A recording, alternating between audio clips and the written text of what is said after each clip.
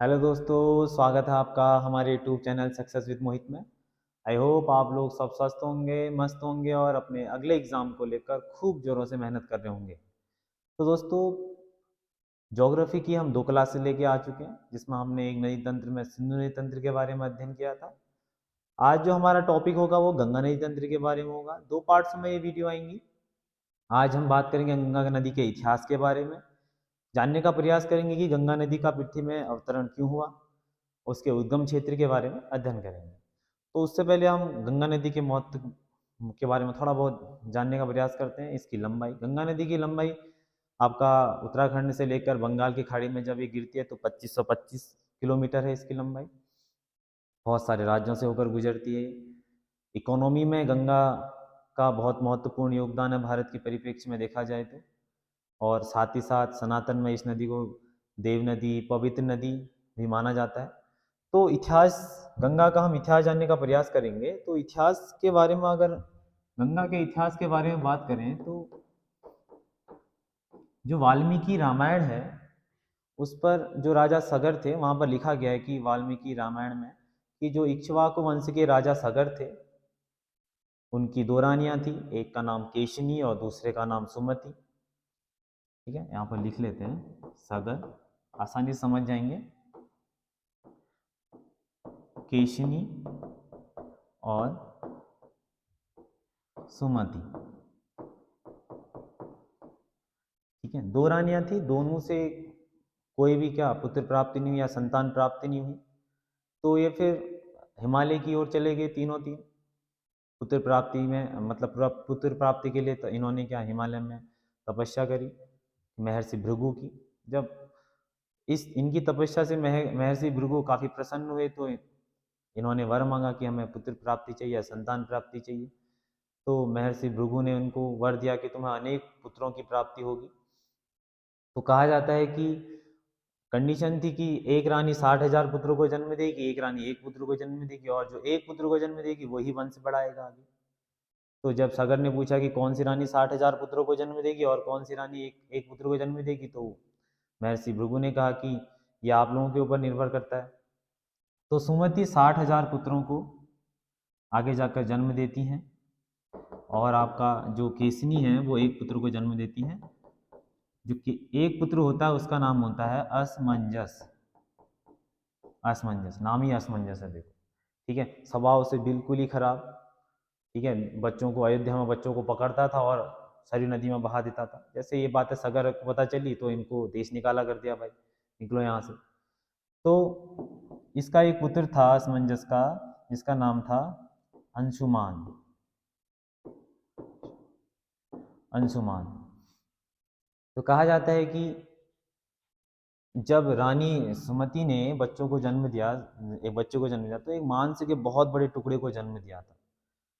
ठीक है, जिससे सगर काफी परेशान हुआ, भाई मतलब काफी दुखी हुआ कि मेरी रानी ने एक मांस के बहुत बड़े टुकड़े को जन्म दिया है। तो कहा जाता है कि जब इसको फोड़ा गया तो वहां से 60,000 पुत्रों की प्राप्ति हुई। ठीक है, तो केशिनी का एक पुत्र का नाम था अंशुमान, और सुमति ने 60,000 पुत्रों को जन्म दिया। ठीक है, और आगे जाकर असमंजस को देश निकाला दे दिया। तो असमंजस का पुत्र था वो अंशुमान बना। ठीक है, तो जब राजा सगर ने आपका अश्वमेध यज्ञ किया, अश्वमेध यज्ञ मतलब देखा होगा आप लोगों ने, सुना भी होगा कि एक घोड़े को छोड़ दिया जाता था, जहां जहां जिस क्षेत्र पर जाएगा वो राज्य राजा का हो जाता था, उनसे वो मित्रता कर लेता था, यानी उसकी अधीनता वो स्वीकार कर लेते थे। तो जब अ, राजा सगर ने अश्वमेध यज्ञ किया तो घोड़ा कई देशों से निकल, कई राज्यों से होकर निकला। ठीक है, इंद्र को डर थी कि अगर ये आपका पूरा इस क्षेत्र को जीत ले तो फिर ये स्वर्गलोक पर अटैक करेंगे। तो इंद्र ने क्या करा, धोखे से इस घोड़े को पाताल में जाकर कपिल मुनि के आश्रम में बांध दिया। इंद्र ने क्या करा, राक्षस का रूप धारण करा। ठीक है, फिर पाताल लोक में इस घोड़े को छुपा के आ गए। अब सब ढूंढने में रह गए, भाई घोड़ा कहाँ है, घोड़ा कहाँ है। ठीक है, जब घोड़ा नहीं मिला तो अंशुमान गए भाई कि सगर से कि घोड़ा नहीं मिल रहा महाराज। ठीक है, तो सगर ने बोला कि जाओ, अपने 60,000 पुत्रों को ऑर्डर दिया, जाओ भाई ढूंढ के लाओ घोड़ा कहाँ है। तो कहा जाता है कि ये जितने भी राजकुमार थे पागल हो गए सारे, घोड़ा ही नहीं मिल रहा है। ठीक है, इन लोगों ने पूरी पृथ्वी खोद दी।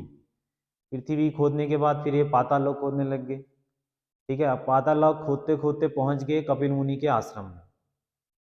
अब कपिल मुनि के आश्रम में पहुंचे तो घोड़ा देखा सामने भाई, सामने खड़ा है। ठीक है, और कपिल मुनि तपस्या में लीन है, तो इन्होंने कपिल मुनि की तपस्या भंग करी और ये आरोप लगाया कि तुमने हमारा घोड़ा छुपा रखा था। जबकि छुपाया तो इंद्र ने था, इंद्र को भय था कि स्वर्ग लोग ना चले जाए हाथ से। तो कहा जाता है कि कपिल मुनि ने इन 60,000 पुत्रों को श्राप देकर भस्म कर दिया। और जब ये खबर पता चली, खबर क्या पता, मतलब बहुत लंबा समय हो गया है, 60,000 पुत्र आए नहीं है, तो सगर ने अंशुमान को भेजा, जाओ ढूंढ के लाओ भाई, कहाँ चले गए 60 के 60,000, और घोड़े की कोई खबर नहीं। तो कहा जाता है कि जब कई लंबे समय तक खोजा अंशुमान ने, और फिर कहा जाता है कि एक रास्ता मिलता है उसका पाताल लोक का, तो उस पाताल लोक से जाते हैं और पहुंच जाते हैं कहाँ, कपिल मुनि के आश्रम में। देखते हैं घोड़ा सामने बंधा है भाई, और 60,000 क्या भस्म करे हुए लोग भाई, कि 60,000 कौन भस्म हो गए। ठीक है, तो पता चल जाता है अंशुमान को कि ये 60,000 मेरे ही क्या, मेरे ही आपके परिवार के हैं। तो कहा जाता है कि उनका तारण तर्पण करने के लिए पानी ढूंढते हैं, पानी भी नहीं मिलता। तो पक्षी गरुड़ आज जा रहे होते हैं और पूछते हैं उनसे कि आपको इसके बारे में कोई पता है तो बताओ, कि इनको भस्म किसने किया, और यहाँ पर कहीं पानी है तो उसको भी बताओ।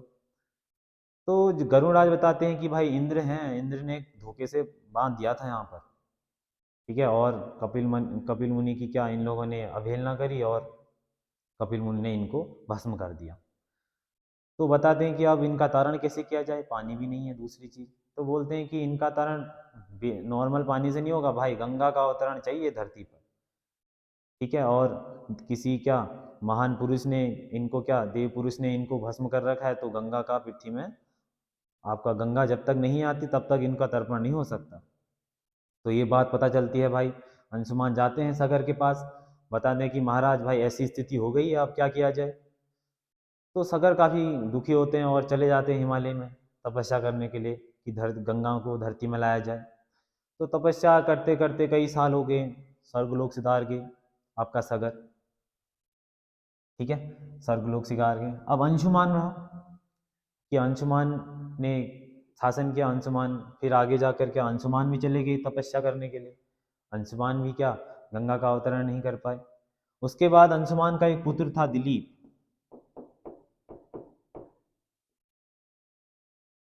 दिलीप, इसको ऐसे लिखो, और दिलीप का पुत्र था भगीरथ। अब भगीरथ काफी योग्य, भगीरथ बोलता है कि क्या मैं जाऊंगा अपने पूर्वजों का क्या क्या कहते हैं तर्पण करवाऊंगा, मैं इनका गंगा का अवतरण मैं धरती में करवाऊंगा। चले जाते हैं तपस्या करने के लिए, काफी लंबे समय तक तपस्या करते हैं। ब्रह्मा जी खुश हो जाते हैं, ब्रह्मा जी बोलते हैं कि मांगो क्या वर चाहिए। तो भगीरथ के बाद वंश बढ़ाने वाला भी नहीं कोई, तो भगीरथ कहता है कि आगे एक मुझे पुत्र की प्राप्ति चाहिए, दूसरा मुझे गंगा का धरती पर अवतरण चाहिए, यानी गंगा को मुझे धरती पर लाना है, मुझे अपने पूर्वजों का तर्पण करवाना है। तो एक पहला जो आपका वो वर होता है वो तो कबूल कर लेते हैं, चलो ठीक है कि इसको हम मान लें कि आपको पुत्र प्राप्ति हो जाएगी। और दूसरा गंगा का जो धरती पर आगमन है वो नहीं हो पाएगा। रीज़न है कि गंगा का वेग बहुत ज़्यादा है, गंगा का वेग को समाएगा कौन। धरती पर गंगा आई तो धरती तो उथल पुथल भाई हो जाएगी, क्योंकि उसका वेग ही इतना तीव्र है। तो कहा जाता है कि जब आपका भगीरथ ने पूछा कि इसका कोई ना कोई निवारण तो होगा, तो ब्रह्मा जी कहते हैं कि इसको गंगा को अपने ऊपर एक ही व्यक्ति समा सकता है, वो भगवान खुद महादेव हैं। तो कहा जाता है कि भगीरथ ने एक अंगूठे में खड़े होकर भगवान शिव जी की तपस्या करी, भगवान शिव जी को प्रसन्न नहीं किया। भोलेनाथ है, नाम ही भोलेनाथ है, तो जल्दी प्रसन्न हो गए भाई। ठीक है, वर मांगा, भगवान शिव जी ने बोला कि गंगा को अपने में मस्तक में समाऊंगा। ये बात जब गंगा को पता चली, गंगा नाराज होगी भाई। गंगा ने बोला कि भाई मैं स्वर्गलोक क्यों छोड़ूं, मैं पृथ्वी में नहीं जाऊंगी भाई, धरती लोक में बिल्कुल नहीं जाऊंगी।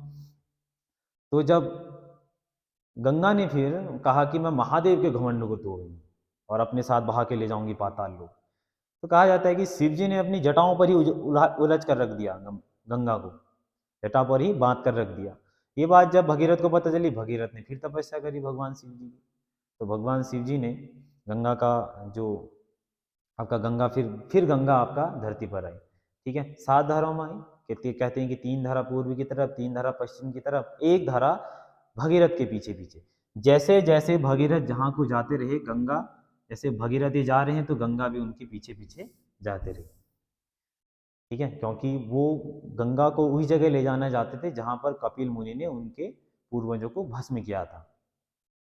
तो कहा जाती है कि रास्ते में गंगा ने आपका जाह्नवी जो ऋषि थे उनके यज्ञ सहित उनको ही बहा दिया। तो कहा जाता है कि जाह्नवी ऋषि ने सारा गंगा का जल पी दिया। और जब आप भगीरथ उनसे प्रार्थना करते हैं और अपनी व्यथा बताते हैं कि ऐसी ऐसी कंडीशन में गंगा को हम लेकर आए थे और हमने अपने पूर्वजों का तर्पण करवाना है, तो कहा जाता है कि जाह्नवी ऋषि ने गंगा को फिर मुक्त किया, सारा पानी पी गई, बताओ गंगा का।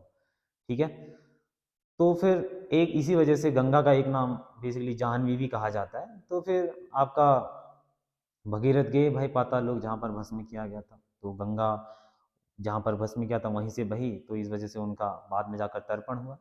तो कहा जाता है कि बाद में ही जो भगीरथ थे, इसी की एक जो मुख्य धारा है, जो भगीरथ के नाम पर ही गंगा की एक मुख्य धारा का नाम भागीरथी पड़ा। ठीक है, और फिर बाद में ये भी तब से ये भी कहा जाने लगा कि गंगा में जो भी बुरे कर्म करेगा या अपने पापों को धोने के लिए जाता है, ठीक है, श्राद्ध वगैरह तर्पण करने भी लोग गंगा में ही जाते हैं कि मुक्ति मिल जाएगी इनको।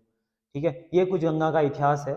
ठीक है, उसके बाद अब जो गंगा की बात करते हैं, गंगा के उद्गम क्षेत्र की, तो जो गंगा का उद्गम होता है, आपका गंगा का उद्गम उत्तराखंड के गौमुख नामक स्थान से होता है, और गौमुख पड़ता है आपका उत्तरकाशी में। ठीक है, आपका जो माना है उत्तराखंड है, उत्तराखंड में ये आपका पिथौरागढ़, ये आपका चमोली, ये है आपका उत्तरकाशी। तो गंगा का उद्गम यहाँ से होता है। ठीक है, तो गंगा का उद्गम होता है उत्तरकाशी के गौमुख नामक स्थान से। ठीक है, गंगोत्री ग्लेशियर में गौमुख नामक स्थान है, वहाँ से उद्गमित होती है उत्तरकाशी से। ठीक है, पर गंगा की जो यहाँ से उद्गमित होती है शाखा, वो होती है भगीरथी, भागीरथी। ठीक है, गंगा जब तक गंगा में अलकनंदा नहीं मिल जाती देवप्रयाग में, तब तक इसको गंगा नाम से नहीं जाना जाता है, याद रखना। भारत में गंगा नाम तब मिलता है इसको जब यहाँ से आने वाली अलकनंदा नदी, यहाँ से आने वाली अलकनंदा नदी, यहाँ से आने वाली, जब तक भगीरथ, यहाँ से भागीरथी नदी और यह है आपका अलकनंदा, जब तक इन दोनों का संगम नहीं हो जाता तब तक इसको गंगा नहीं कहा जाता। ठीक है, जहाँ ये देव प्रयाग में मिलेंगी, देव प्रयाग में, तब इसको गंगा कहा जाता है। तो गंगा नदी तंत्र में हम सबसे पहले पंच प्रयागों को पढ़ने की कोशिश करेंगे, क्योंकि बिना पंच प्रयागों के इसका गंगा के बारे में हम अधूरा रह जाएंगे। ठीक है, तो जो गंगा की 2 शाखाएं हैं, एक है भागीरथी और दूसरी अलकनंदा, इसलिए भागीरथी को सास और अलकनंदा को बहू भी कहा जाता है। इसको हम आगे देव प्रयाग में पढ़ेंगे। तो भागीरथी नदी का उद्गम होता है उत्तरकाशी के गौमुख नामक स्थान से, और अलकनंदा नदी का उद्गम होता है सतोपंत ताल से। ठीक है, तो इसमें जो पहला प्रयाग है आपका, जो पहला प्रयाग है वो होगा आपका विष्णु प्रयाग। अलकनंदा नदी कॉमन होगी और बाकी सारी नदियां मिलेंगी। ये विष्णु प्रयाग है, विष्णु प्रयाग। विष्णु प्रयाग यानी यहाँ पर कहते हैं कि धौली गंगा नदी मिलती है। धौली गंगा नदी का उद्गम भी आपका इसको धौलगिरी पहाड़ी से होता है, जिसको कुनगुल कहा जाता है। कुनगुल पहाड़ियों से विष्णु गंगा या धौली गंगा नदी का उद्गम होता है। ठीक है, ये विष्णु प्रयाग में मिल जाती है। विष्णु, इसको लिख भी लो, विष्णु प्रयाग में। कहा जाता है कि इसी प्रयाग में विष्णु जी ने सर्वप्रथम दर्शन दिए थे। विष्णु प्रयाग, नदी का नाम लिख लो यहाँ पर धौली गंगा, धौली गंगा लिख लो, या विष्णु गंगा भी कहते हैं इसको। दूसरा जो प्रयाग है वो है आपका नंद प्रयाग। ठीक है, राजा नंद ने यहाँ पर तपस्या की थी भगवान शिव जी की। ठीक है, नंद प्रयाग, और नदी है आपका नंदाकिनी। याद रखना, नंदाकिनी मंदाकिनी में कंफ्यूजन मत करना, नंदाकिनी नदी। तीसरा जो प्रयाग पड़ता है वो आपका कर्ण प्रयाग, कर्ण प्रयाग।